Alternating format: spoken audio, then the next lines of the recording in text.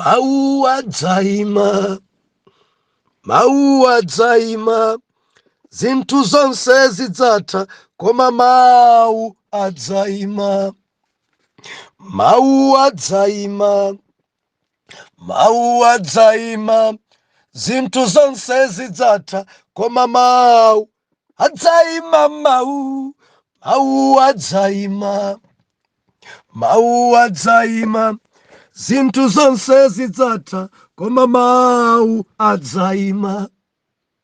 MAWU adzaima, MAWU adzaima, zonse zidzatha, koma MAWU adzaima. MAWU adzaima, MAWU adzaima, zonse zidzatha, koma MAWU adzaima. Ndikulandireni okondedwa omvera konse kumene muli. Heneleke chale mtumiki wanu believer, lero pa 4 Oktoba 2023, sabutopiki mphamvu ya MAWU. Believer, MAWU a Mulungu nga mphamvu. MAWU a Mulungu adzaimabe.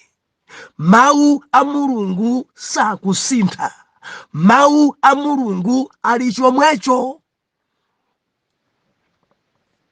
Ndifuna ndiyankhe mafunso lero. Believer, mafunso abwera ambiri ku inbox. Abusa makamaka nkhani ya ukwati. Abusa chosereni koni, abusa komereni koni mtima. Ine nkufika pino kumati ine ndichosere ndikomere mtimanzu. Haleluya. Mwana Mulungu timapeleka chimene Yawe atipatsa kuti tipereke. Endi kumene timapasidwa katundu, believer, timachita pasidwa katundui. Tikamafika pano kumpereka katundui, otitumayo amachonga kuti yes, wachita chimene ndakupatsa. Ndimanena kuyambira wiki yatha, makamaka zokhudzana ndi maukwati, mabanja. Believer, kuti banja ipezeke, amene adavomereza ndi Yawe, amene adakhazikisa ndi Mulungu. Ndimachita nenetsa kuti si plani ya mtundu. Kudziko kuno mudzapeza anthu opanga zawo, akhoza amapanga zawo zokhudzana ndi maukwati, asena akupanga zawo zokhudzana ndi maukwati, alomwe ali m'madongosolo awo, atumbuka madongosolo awo. Koma tinabwera pamodzi nkunena kuti amene adakhazikisa ukwati, dongosolo yake ndi iyi. Ndi anthu akufuna kuti ukwati udziyenda molingana ndi miyambo ya kumtundu kwawo. Ukwati udzikhala anthu azichita molingana ndi zilakolako zawo. Believer, sitikuyendera chilakolako chako kapena chikhumbokhumbo chako, koma werenga MAWU, lemekeza MAWU, chita MAWU. Mwana Mulungu ndimati ndikulimbikitse, MAWU adzaima. Zinthu zonsezi zidzatha. Zimene tikuzipenyazi zidzatha. Zidzasakala, zidzabalalika, koma MAWU adzaimabe. MAWU a Mulungu, believer, adalipo, alipo, endi adzakhalabe kwamuyaya. Adzakhalabe kwamuyaya. Haleluya. Dzulo timanena kuti osataya mtima. Osataya mtima mwana Mulungu. Osadandaula. Joseph akuumbidwa m'mimba mwako. Ena atasekedwa, tapasidwa mayina achilendo, tatengedwa ngati anthu opanda nzeru, anthu amene kuti tsogolo tilibe, ena nkutipasa mayina akudingi ndi vuto imene tikudusa moyo, chifukwa choti ndife okonda kudwaladwala nsana, adatipasa dzina kuti bambo nsana. Chifukwa chokuti tilibe kena kalikonse, adatipasa dzina kuti bambo wosowa, adatipasa mayina chifukwa cha mavuto amene tikukumana nawo. Believe osataye mtima, kudziko kuno kuli Mulungu, kuli Mulungu amene amayisadabuza nyengo, kuli Mulungu amene amanchosa wina padzala nkumuyika pa mapu, kuli Mulungu amene amanchosa wina pa zero nkumuyika pa mwamba, kuli Yawe amanchosa wina kunja kumulowesa mu office. Amene ndiye Mulungu amene timpembedzaye. Osataya mtima mwana Mulungu, siwe munthu wambaye kunja udzapita, ndilimbikitse wina. Osataya mtima ku college udzapita, ntchito udzayamba, pukuta misozi yako, pukuta misozi. Osataya mtima, olo nyengo dzalimba bwanji, osataya mtima, osataya mtima. Kansalu koyera udzavala, nudzalumbiranso pa gome, anthu nkudzalulurira, adzakusupa, udzalowako ku holo, woyera dziko lidzadabwa nawe, endi sipatali zidzachitika khalabe mawu.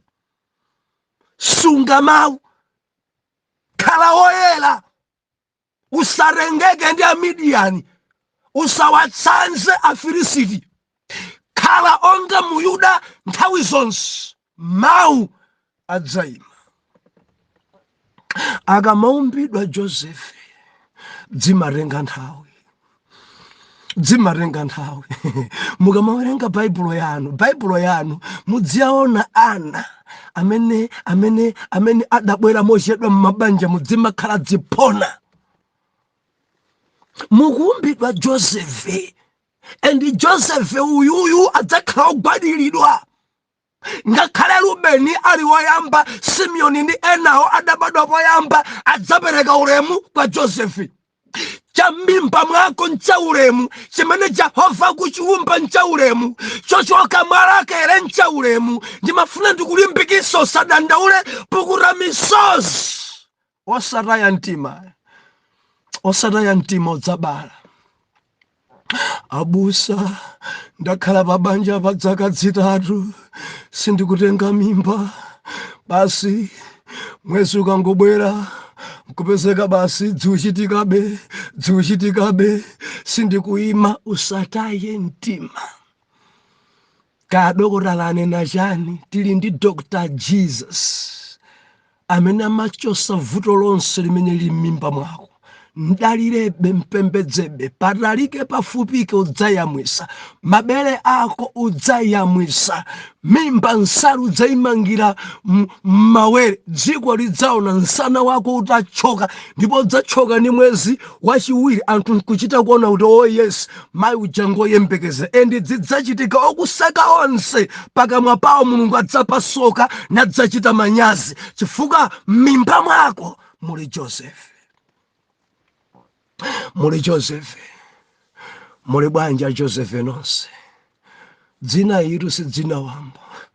Josefe amachosa manyazi, Josefe amakuchosesa, amakutulusa, amakuyika pa mapu lake la kuri. Mwana amene wamamuna amene Josefe amene achosa manyazi anga, athesa kusekedwa kwanga, apukuta misozi. Josefe amapukuta misozi, Josefe amachosa manyazi, Josefe amakuyika pa mapu, Josefe amaonjezera chikondi. Josefe muli bwanja Josefe. Sinu munthu wamba, munapezeka mochedwa pa cholinga. Josefe osataya mtima believer ndinene ndi believer osataya mtima nyengo dzuwawa nyengo dzulimba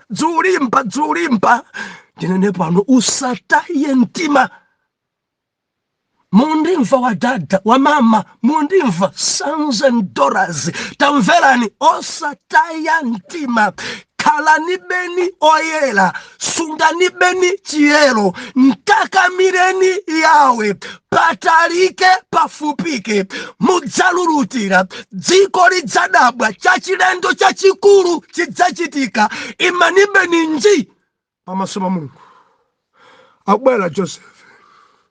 Akubwera Joseph chimamuna cholemekeza sa Mulungu. Joseph dzimabanja dzina dzimene anthu amangadzi dzochitisa manyazi mamuna amene Mulungu afuna dzakupasa iwe adzakhala mamuna anthu nkumati koma Mulungu koma Mulungu si dzoenda trouser kwe dzale Mulungu afuna kupasa Joseph chosamanyazi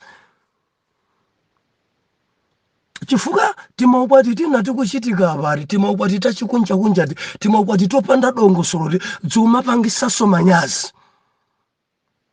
Ndimafuna ndinene kwa zimayi dzilemekezeni ndinu wamkulu zimayi wamkulukulu mukwatidwa ndi mwana wa 17 years saizinso ya mwana wanu ananu kuti anena dadi muli bwanji dzuvura chifuka ndi nzawo apatu muvuba yapo ndi nzawo ananu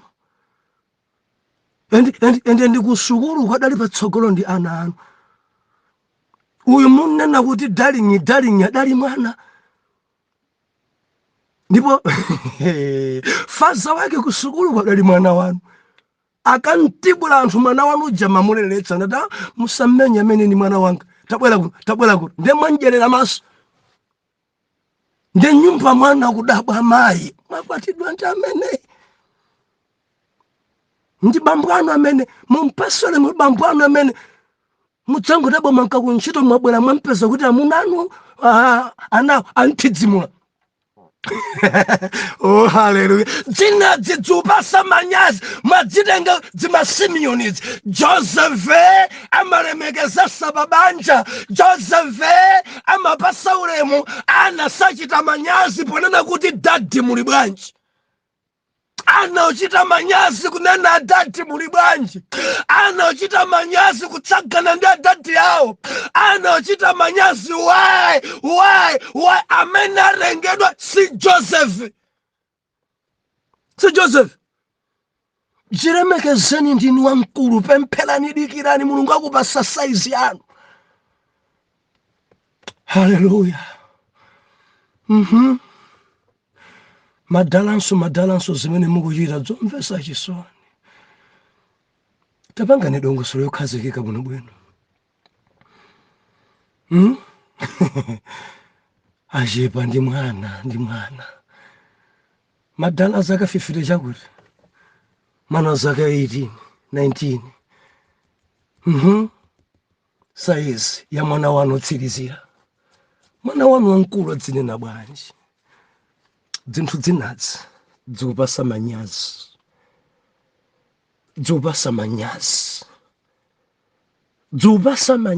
ndikudziwa kuti movie ubaya dzenedzeni dzupasa manyazi.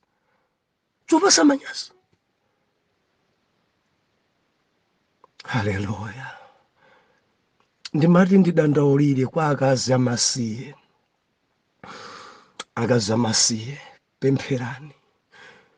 pempherani Mulungu akutonthozeni langizo langa nali ku dziko lonse ndimvereni tikamati tikulowa mbanja okondedwa wathu atamwalira kandinu bambo kandinu mayi pempherani kuti yawe akupaseni soni wina amene okondedwa wacha adamwalira mukakwatirana mumatonthozana mundimva koma idzidzori banja lawo lidatha ku khoti ne basi ndikwatidwa ndi ameneyi ndidzikubweresa mamitalazi akumazembelanabe akumakusiya nyumba kunkabe kwa mkazi amene idatha banja ku khoti akuzembelanabe mayi uja ni mamuna wawo divorce paper ili mmanja koma ugona nabe anakwatira mkazi wosido wamasiye koma kuzembelana ni mkazi amene adalekana naye idzidzi zasokoneza kwa mpiri mabanja. Mungu bwera ati mukabweresani chifukwa palibepo cha nzeru kuchita chozembelana. Ambuye atithandize kwambiri, Ambuye atithandize kwambiri. Mwana Mulungu molingana ni mafunso amene mwandipatsa, mafunso amene mwafunsa, abusa tichite bwanjine, amunanga adapanga izi, amunanga adapanga dere, ena kuti abusa ndichite bwanjine, akazanga ndiyankhe pano poyera mawu adzaima. Mawu Mulungu sakusintha, mawu Mulungu alibeketekete ndichotsereni alibeketekete ndichotsereni tamverani. Chiweruzo cha mpadizo ndi gahena alinacho ekha Yesu manja. Ine ndarumidwa kuti ndilengeza zimene zidalembedwa. Sindikufuta kanthu ende sindikuonjezera kanthu, ndiwerenga zomwezo. Hallelujah. Lolene lero tuwerenga mavesi angapo. Lero tuwerenga mavesi angapo tifika mchipangano chakale lero. Kuti mwina mafunsowa nkujebako. Oh, hallelujah. Hallelujah. Ambuye alemekezeke kwambiri pamene mabweresa mafunso mapangitse kuti Mulungu atipatse topic imene.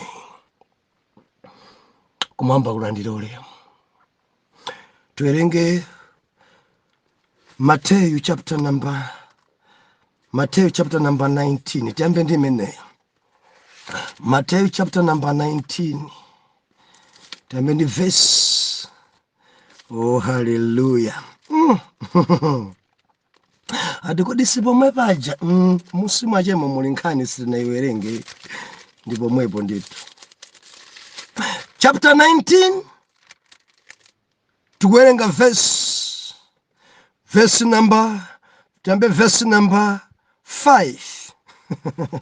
Oh, hallelujah, hallelujah. Mulungu akunena kuti nati chifukwa cha ichi mwamuna adzasiya atate wake ndi amake nadzaphatikana ndi mkazi wace ndipo awiriwo adzakhala thupi limodzi. Chotero kuti salinso awiri koma thupi limodzi. Chifukwa cha ichi chimene Mulungu anachimanga pamodzi munthu asachilekanitse. Funso anga njonena kuti banja lanu adamanga ndi ndani? Bible ina kuti chimene Mulungu adamanga munthu asachilekanitse. Foma banja ina adamanga anthu ndi agogo awo, ambuyawo, adamanga ndi asing'anga. Chimene Mulungu adachimanga munthu asachilekanitse. Ndipitiriza kuwerenga verse number 7. Hallelujah. Iwo adanena kwa Yesutu, nanga chifukwa ninji Moses anatilamulira kupereka kalata ya chilekaniro ndi kunchotsa. Iye ananena kwa iwo, chifukwa cha kuuma mtima kwanu Moses anakulolezani kuchotsa akazi anu, koma pachiyambi sikudakhala chomwecho. Akuyankha indi Yesu. Mori kunchosa mkazi pabanja, kunthamangisa mkazi kama muna pabanja ndikuuma mtima. Ndekuti munthu amene aliwo uma mtima akhoza khala mfiti. Kuuma mtima. Ndipitirize kuwerenga. Oh, hallelujah. Verse number 9. Bible ikunena kuti ndipo ine ndinena kwa inu, amene aliyense akachosa mkazi wache kosakhala chifukwa cha chigololo nakakwatira wina achita chigololo, ndipo iye amene akwatira wochetsedwayo achita chigololo.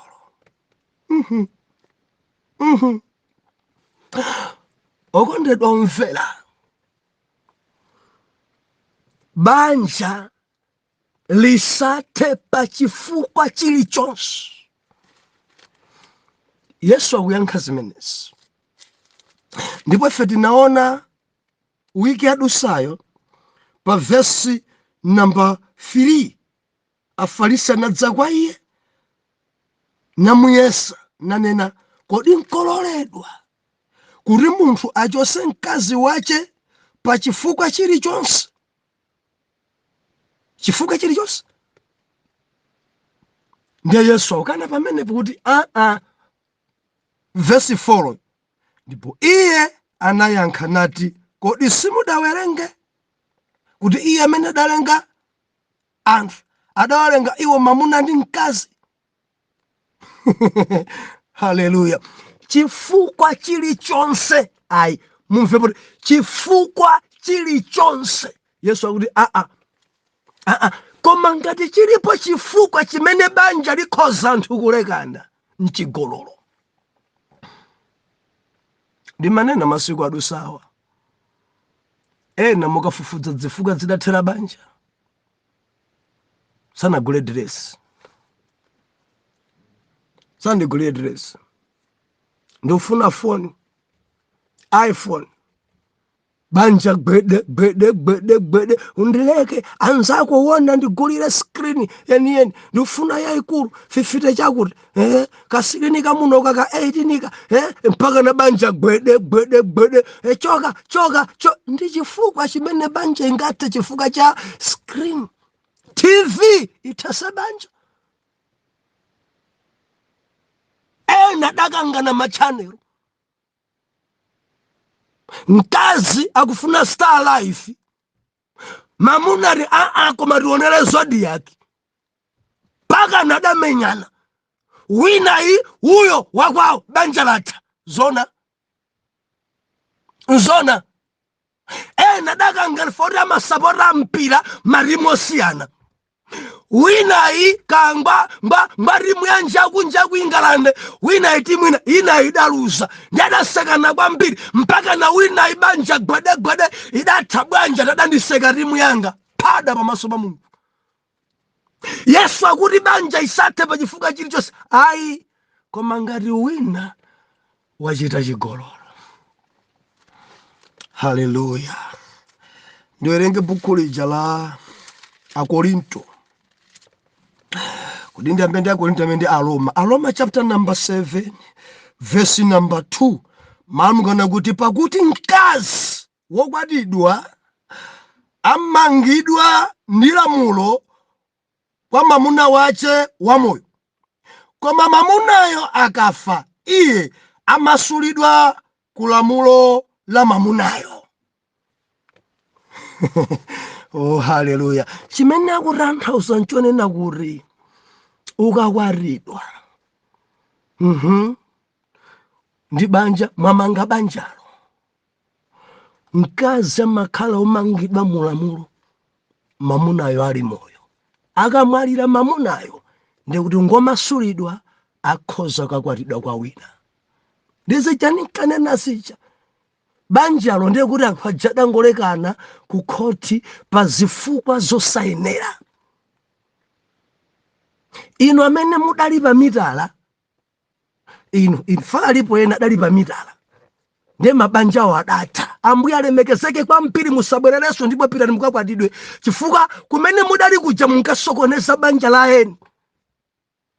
Mkazi aliyense wachiwiri achokepo akupanga chigololo. Mkazi aliyense wachiwiri, ena mati mkazi wang'ono, ngakhale zaka zake nzambiri, koma foti adabwerapo motsirizira amatchedwa kuti wang'ono. anthu nkumadabwa kuti uyu ndi uyu wang'ono nduri amaoneka uyu wachiwiri mbakalekale uyu woyambayi wa dzaka zochepa koma dziko imati uyu ni mkazi wamkulu uyu ni mkazi wang'ono ndipo wina yamavomereza ung'ono chifukwa chokuti akwatidwa kumene pamenepo. Inu amene mudazipharika mabanja eni choka niponi endi mukachoka sikuti mulungu akumangani mukapita kumeneko mukafufudze mupese mamuna wanu mukwatidwe naye painiyo palibe mulandu fo mwachoka pa chigololo mupita kakwatidwa mamuna wanu. Haleluya. Akorinto chapter nthaipone mathamanga 1 Akorinto chapter number 7 tiwerenga verse number 15. 1 Akorinto chapter 7 verse number 15 mawu zaukwati verse 15 nakuti koma ngati wosakhulupirirayo achoke milandu yorere samangidwa ukapolo m'baleyo kapena mulongoyo koma mulungu watiyitanira ife mumtendere. China ndiye pali akazi ena osimbwa, akazi osapembedza, akazi osapemphera, akazi ozunza zimfiti za azimayi zozunza mamuna. Baibulo ikunena kuti ngati mkazi osakhulupirira, mamuna osakhulupirira apanga chisankho ekha kuchoka anthu kukufuna yaye basi ndachoka ndapita kwathu basi ngosakhulupirira ndachoka akuti achoke. Mulandu orerewo winayi kandi mulongo kandi mbaleyo samangidwa ukapolo. Believe tukuyenda limodzi tukamba sabanja zimene Bible idalemba sitikusintha fa mawu adzayimabe. Ngati wosakhulupirira akuchoka achoke. Ngati wosakhulupirira mwina mkaziyo ni hule. Basi ndikuchoka pano pali chani pano tompa champaka na pano no galimoto ndikuchoka pano akuti achoke. Akachoka ekha achoke. Wotsala isakhala kapolo, wotsala isakhala omangidwa, wotsala ndi mfulu ndi mtendere amene yakhoza peza nzake chifukwa ujayi achoka ekha. Mukutha kuona kuthamangisa ndikuchoka ekha nkosiyana. Akachoka ekha ndikuchoka pano ati mulole napiti. Mulungu sakufuna ngati chilipo choyipa ndimafuna nene pano chimodzi chokha chovomerezeka kuti banja lithe ndi chigololo. Wina akachita chigololo choyamba tikhoza kukhululukirana nkuyendera limodzi koma ngati dzafika pa wesi banjali likhoza kuthesedwa endi winayo akhoza khala mfulu kapeza banja ena. Ndimati ndinene ndino ndi azimayi komanso azibambo mukatsimikizika mtima osati zochita kumva anthu inuyo mukhale ndi umboni kuti chigololo chachitikadi akazanga apanga phada amunanga apanga phada pamenepo mukhoza kukhululuka kapena kuti ayi mukhoza lekana. Mundimva mwana Mulungu chifukwa Mulungu chimanyansa kwambiri amzimu achigololo amakhala ngati afiri. Kagonana ndi wina mamuna akuli naye mfiri, kugonana ni mkazi wina mkazi akuli naye munthu oyipa munthu ouma mtima ufiri. Ndiye malemba anena kuti akachita chigololo wina banjalo ikhoza kutha ngati simungathe kukhululukirana. Muone mene Mulungu dzima muyipira dzidza chigololodzi. Tiwerenge limodzi buku lopatulika. Oh haleluya. Haleluya. Ndiyambe ndi Levitiko nthawi yathu apano 22 verse number 22. Baibulo inena kuti akampeza munthu ali kugonana ndi mkazi wokwatidwa ndi mamuna afe onse awiri. Mamuna wakugonana ndi mkazi yemweyu. Chotero muchotsa choyipa mwa Israeli, mudzichosa choyipa mwa Israeli. Mulungu amadana ndi chigololo kwambiri. Mulungu amadana kwambiri ndi chigololo. Zimanyasa, zimamwipira chigololo ayi kuzembelana ayi. Anabwa mukampeza wina akugonana ndi mkazi wokwatidwa akuti onse awiriwo afe. chipangano chaka lero chimene mwana Mulungu aphe agende ndi miyala. Titati lero tiyendele imene akadakhala ndi amoyo ndianga azibambo ndi angati amene mwagwiridwa koma simudaphedwe. Tikadati iyi iugwirabe kumpeza wina gonana ndi nzake pomwepo mudzi wonse agwire amange agende miyala aphe. Ndi azibambo angati akadakhala m'moyo, azimayi ena mukadafa kalekale, mukadagendedwa kalekale chifukwa mwakhala mukuzemba kwambiri. Tamverani, chifukwa ichi nchonyansa pamaso pa Yehova. Mulungu sakondwera ndi anthu oyendayenda achigololo. Ambuye akuthandizeni, Ambuye akuthandizeni. Loleni kuti tiwerengenso buku lija ya Levitico. Oh, hallelujah. Chapter number 20 verse number 10. Akuti bwa munthu akachita chigololo ndi mkazi wa mwini, popeza wachita chigololo ndi mkazi wa mnansi wace, awaphe ndithu. Mwamuna ndi mkazi onse awiri aphedwe. Munthu akagona naye mkazi wa atate wace, wavula atate wace, awaphe ndithu onse awiri. Mkazi wao, mwazi wao ukhale pa mtupawo. Munthu akagonana ndi mpongozi wake, apa mukawerenga ponsepa apapa pali nkhani yowawa kwambiri, zokhudza kwambiri. Mulungu zimanyansa. Akuti mamuna akagonana ndi mamuna nzace, muwatenthe, muwaotche. Izi zoti ya mamuna akwatirane, Bible ikukana. Akapezeka wotelewa aotchedwe. Mulungu zimanyansa kwambiri. Wina akagonana mbale wake atenthedwe. Wina akagonana ndi mpongozi ace atenthedwe. Wina kugonana ndi mayi ace, kugonananso ndi mwana wace wompesa, onse atagendedwe ndi miyala, athamangisidwe, achosedwe pakati pa Israeli. Zimanyansa Yehova. Pomba nkora mati nene kuti ana Mulungu tisamalitse tikondaneni, tikhale okhulupirika m'mabanjamo, osamazembera naye.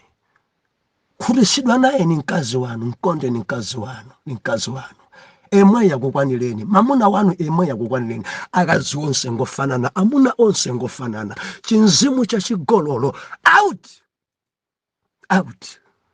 Ndi chipangano chatsopano anena kuti malo moti anthu ajangenda akampeza mchigololo, banja ingutha.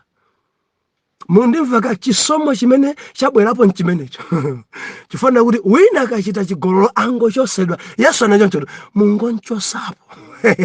Ngati kukhuluka usikutheka, ingonchosani, musangende. Koma mchipangano chakale miyala m'manja kungompha basi. Ndikuti Mulungu zimanyansa kwambiri kuchita chigololo, kusiya mkazi wako kugonana ndi wina. Mulungu zimanyansa. Haleluya. Ndibwereze chifukwa chokhacho chothesera uwale ndi mzimu wa chigololo.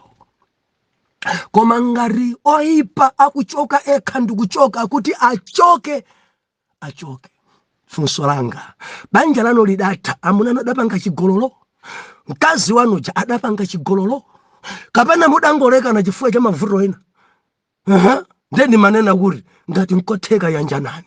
Chifukwa malemba nena kuti asakwatidwe. Chifukwa akangokwatidwa ameneyo, ngati nkhani ya chigololo palibepo, amene akukwatirayo akupanga chigololo, amene akukwatidwayo akupanga chigololo. Ukafa choncho ngati sakukhululukira mgahena. Tipemphere. Atate, m'dzina la Yesu mutikomere mtima.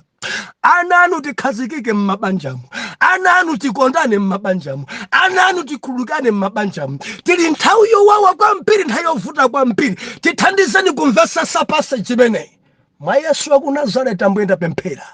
Amen and amen.